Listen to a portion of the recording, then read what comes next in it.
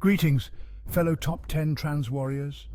Today, we'll be sharpening our swords and girding our loins as we look at the 10 most badass medieval weapons I could find.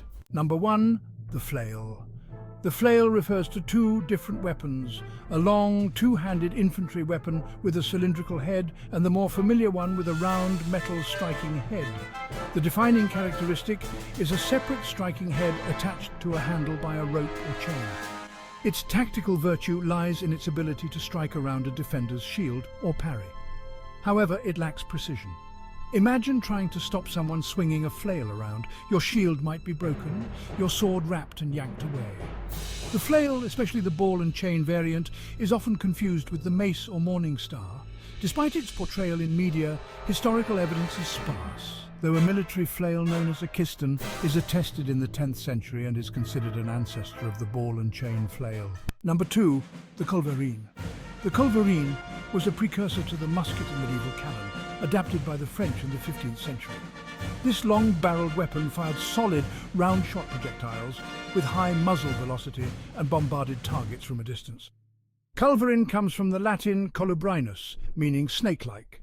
Early versions, like the hand culverin, were simple tubes held in place by wooden pieces and fired by inserting a match. Larger field culverins were the grandfathers of cannons and were also known as bombards, frequently used by the Spanish. Number 3, scalding oil. Sometimes the simplest solutions are the best. During sieges, soldiers stuck between gates might face boiling oil poured through murder holes. This anti-siege technique was also a psychological weapon. Outside of sieges, boiling oil was used to ignite towns and villages, serving as part of a scorched earth strategy. Not a fun way to die. Number 4, the Hunger Manga. Host, the Hunger Manga, or Mbole, is a curved throwing dagger from mid to South Africa, originally used by the Mangbetu. With an iron blade and rearward spike, it could be used in close combat or thrown. The weapon's design inflicted further damage if pulled out, and its multi-blade construction made it a status symbol.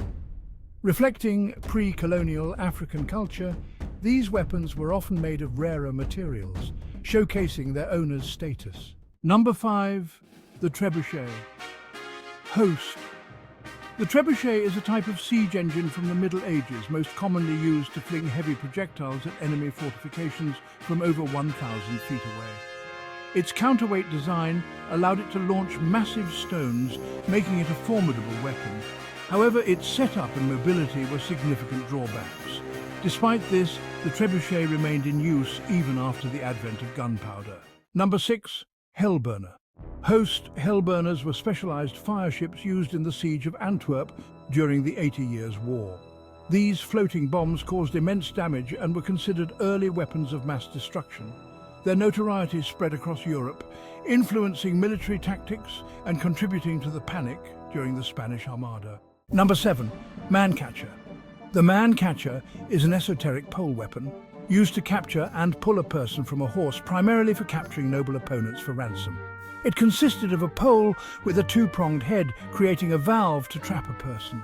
This non-lethal weapon was also used to control violent prisoners. Number 8, Chinese repeating crossbow.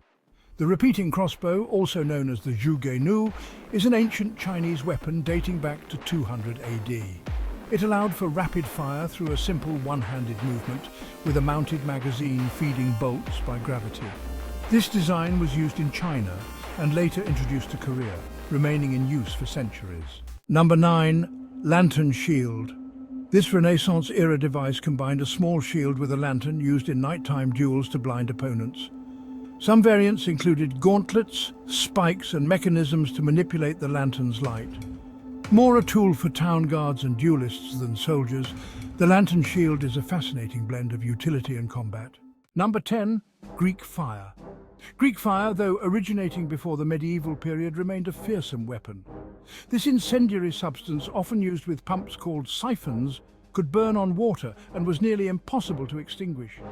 Used in flamethrower-like devices, Greek fire devastated ships, fortifications, and troops alike. Well, gang, I hope you enjoyed the video. If you did, give it a like down below. And if you want to see more content, subscribe. What's your favorite medieval weapon? Let me know in the comments. Have a great day. Bye-bye.